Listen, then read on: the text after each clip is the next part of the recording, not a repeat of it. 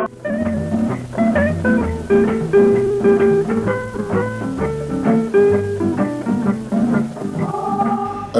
téléspectateurs, bonjour et merci de l'attention que vous voudrez bien nous accorder. Aujourd'hui, nous allons recevoir une grande personnalité qui a l'habitude d'enrichir et d'innover notre système éducatif. Il s'agit, vous en doutez, de M. Tchepela Kalenda, promoteur des écoles renommées Les Petits Génies. Cet après-midi, avec lui, d'un sujet très important, à savoir la gastronomie ou le restaurant gastronomique. Suivez à ce sujet cette interview qu'il a bien voulu nous accorder. Monsieur le promoteur, bonjour. Bonjour, monsieur le journaliste. Nous venons d'apprendre que vous avez ouvert un restaurant gastronomique et au même moment, vous avez introduit dans votre école, les Petits Génies, le cours de gastronomie. Oui, à partir des classes de maternelle, primaire et secondaire. Est-ce que vous pouvez nous dire en quoi consiste ce cours et quelle était votre motivation? Merci beaucoup, monsieur le journaliste, pour votre question. Premièrement, je demande aux téléspectateurs de me suivre attentivement pour bien cerner ce qu'est la gastronomie. La gastronomie, c'est quoi en fait? La gastronomie, d'abord, est un service culinaire de haute classe. Et la gastronomie aussi est en même temps un repas complet, servi souvent dans un décor artistique et appétissant et parfois à la chandelle. Ce repas comprend 6 services qui se relayent simultanément. Il s'agit des apéritifs, 2 des entrées, 3 de consistants ou dîner, 4 des desserts, 5 des digestifs et 6 des sorties. Donc, lorsqu'on entre dans un restaurant gastronomique, on doit passer par ces 6 services qui se relayent pour prétendre avoir pris un dîner complet. Maintenant, pourquoi la gastronomie dans nos écoles, ou plus particulièrement dans mon école, Les Petits Génies? En introduisant ces cours de gastronomie, je cherche d'abord à donner à mes élèves la culture du restaurant, d'abord, qui n'existe plus actuellement. De 2, les amener à distinguer les 2 types de restaurants qu'on trouve partout dans le monde, à savoir les restaurants gastronomiques et les restaurants du manger. 3, amener mes élèves à goûter même une fois à la gastronomie pour savourer les délices de l'art culinaire. Et enfin, amener mes élèves une fois adultes à ne pas commettre des erreurs grossières sur la manière de se servir dans des manifestations quelconques, comme on les constate aujourd'hui chez beaucoup d'adultes et même des grandes personnalités. Comment avez-vous procédé pour introduire ce cours de gastronomie? Pour introduire ce cours de gastronomie, je suis allé d'abord déterrer les notions préliminaires de savoir-vivre qu'on avait connues à notre époque. Et vous le savez bien qu'à notre époque, on nous a appris comment se tenir à table. On ne peut pas mettre les coudes sur la table, on doit mettre les avant-bras, on doit tenir le couteau à droite, la fourchette à gauche, et ainsi de suite. À notre époque, nous avons eu ces cours. Aujourd'hui, ces cours n'existent plus dans toutes nos écoles. Et nos élèves n'ont plus ces notions de table. Et c'est ce qui fait qu'une fois qu'ils sont adultes, ils présentent des lacunes sérieuses dans ce domaine. Et ces notions préliminaires, je les ai tirées dans ces livres connue de tout le monde, économie domestique. Dans ce livre, à sa page 177, nous avons des notions préliminaires qu'on nous a enseignées à notre époque. Pendant les repas, on vous dit dans ces notions préliminaires, asseyez-vous ni trop près ni trop loin de la table afin de ne pas gêner les autres.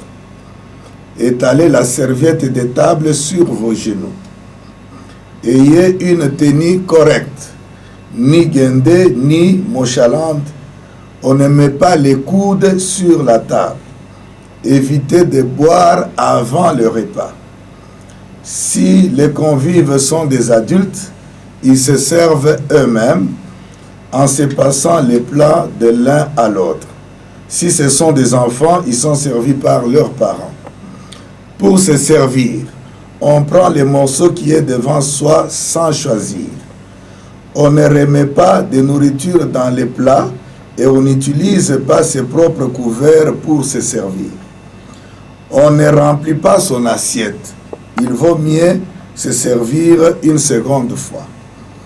Pour manger, on tient la fourchette dans la main gauche et le couteau dans la main droite.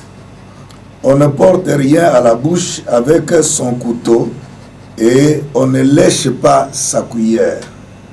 Pour manger la viande, on se sert à la fois de la fourchette et du couteau. On ne coupe pas la viande d'avance, mais morceau par morceau au fur et à mesure qu'on la mange. Mangez lentement en broyant bien les aliments. Mangez à votre appétit sans excès, sans gourmandise, de façon régulière. N'abusez pas du piment pili-pili, cela irrite l'estomac et l'intestin. Évitez de faire du bruit en mangeant et de parler ou de boire avec la bouche pleine.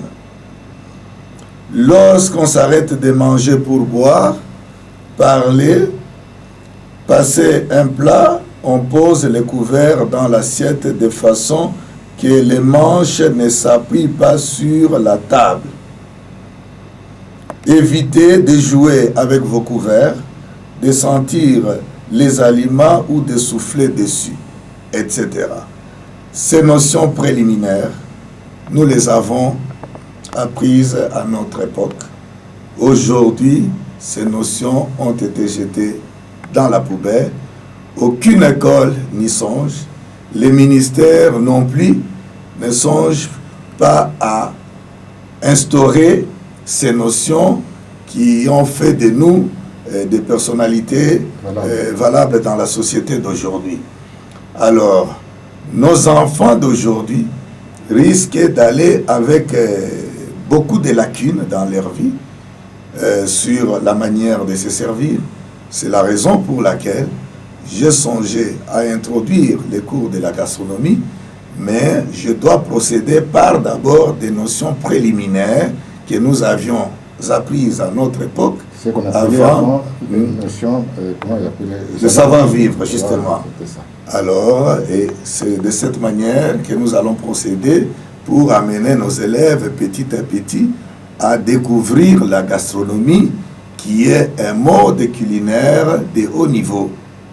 Quels sont les avantages que les élèves peuvent tirer de ce cours de gastronomie dans la vie active? Un des grands avantages que nos élèves vont tirer de ces cours, c'est d'abord d'être informés et d'être formés à manger gastronomie dès le bas âge, pour ne pas être l'objet de moqueries de la part des Occidentaux lorsqu'ils seront adultes et responsables. C'est tout. Oui. Bien. Est-ce que vous disposez des matériels didactiques appropriés pour dispenser ces cours? Parce que ce n'est pas facile. Hein? Il faut que l'enfant voit, il faut qu'il touche. Justement, le matériel didactique, nous en avons. D'abord la documentation. Il y a d'abord ces premiers livres qui existent sur le marché et qui n'est pas exploité suffisamment. Nous avons d'autres livres ici, le répertoire de la cuisine. Et nous avons ici les revues. Et en dehors des livres, nous avons dans notre restaurant un équipement approprié pour amener nos élèves à se faire une idée sur la gastronomie. Et nous avons la possibilité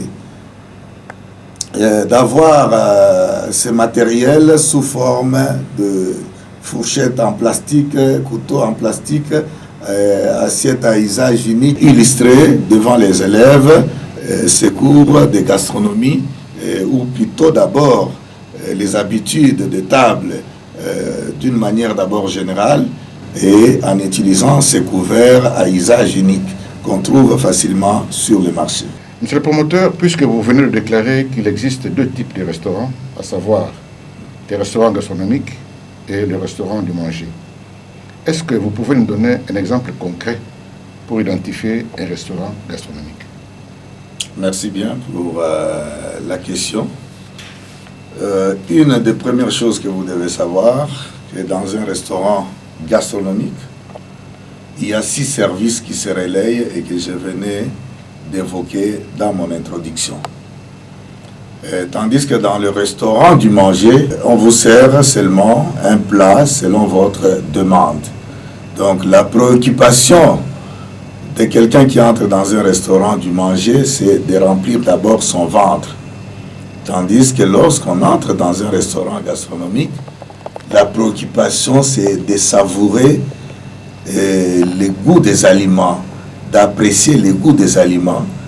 C'est ainsi que le français, par exemple, ont pu développer environ 7000 recettes. Tandis que quand nous regardons dans nos coutumes, nos recettes atteignent difficilement 15.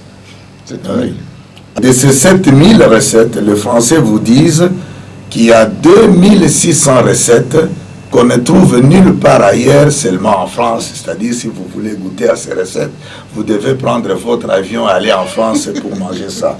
Donc, ces pays ont valorisé leur mets, ce qui n'est pas le cas avec nous.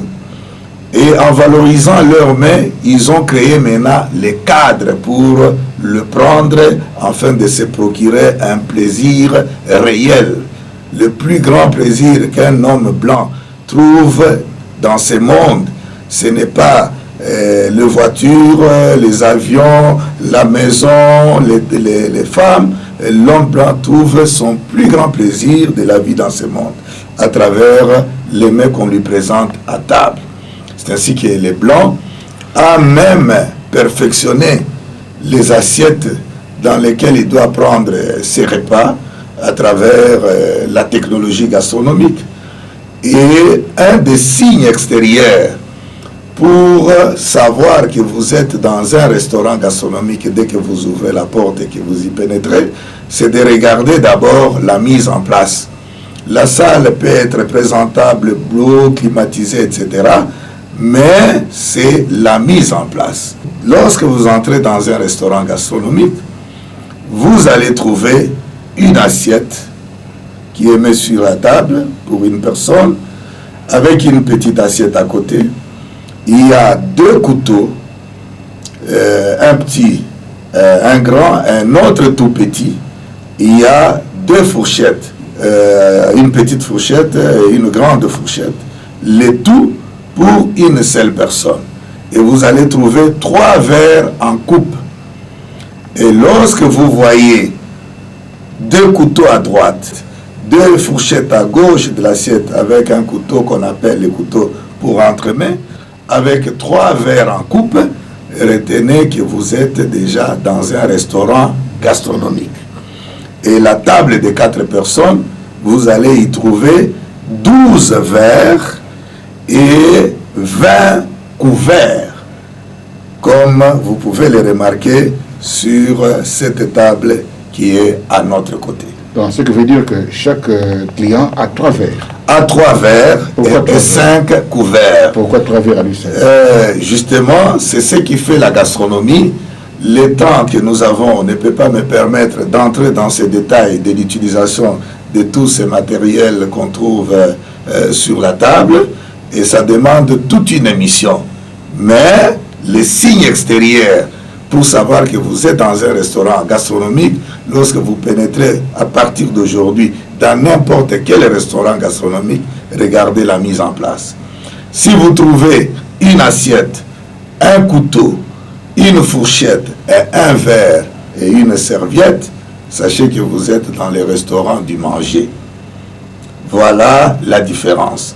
Maintenant, quitte à savoir pourquoi les 3 verres, pourquoi les 5 couverts, comment je vais les utiliser.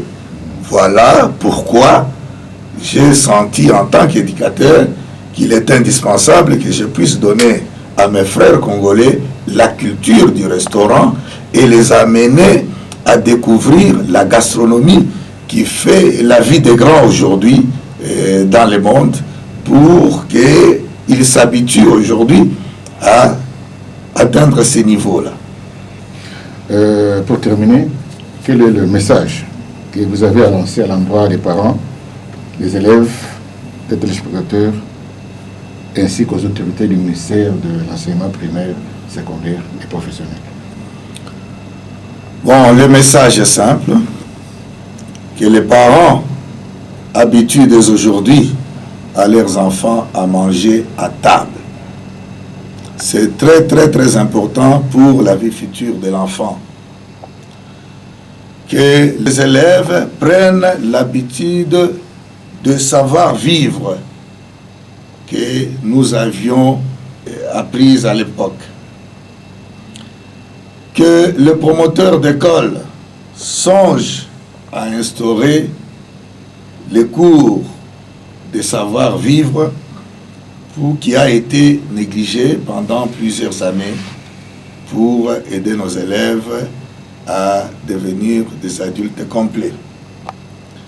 Que les téléspectateurs qui me suivent fassent aussi un effort pour manger de temps en temps gastronomie, afin de bien savourer les délices de l'art culinaire qui a été suffisamment développé par les Occidentaux.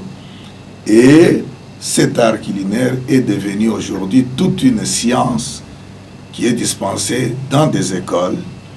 Et il est grand temps, comme aujourd'hui le monde avec la mondialisation est devenu pratiquement un grand village, nous devons voir comment les autres ont valorisé leur mets pour avoir du goût quand ils mangent. Et quant aux autorités du ministère de l'EPSP, je leur demande de se pencher sur ces problèmes pour aider nos futurs dirigeants que nous sommes en train de former à être des personnalités respectables en tout dans leur vie quotidienne. Amis téléspectateurs, nous osons croire que vous avez aimé cet exposé qui a été très riche en enseignement et qui va garantir une formation harmonieuse de nos enfants. Merci de votre sympathique attention et à la prochaine.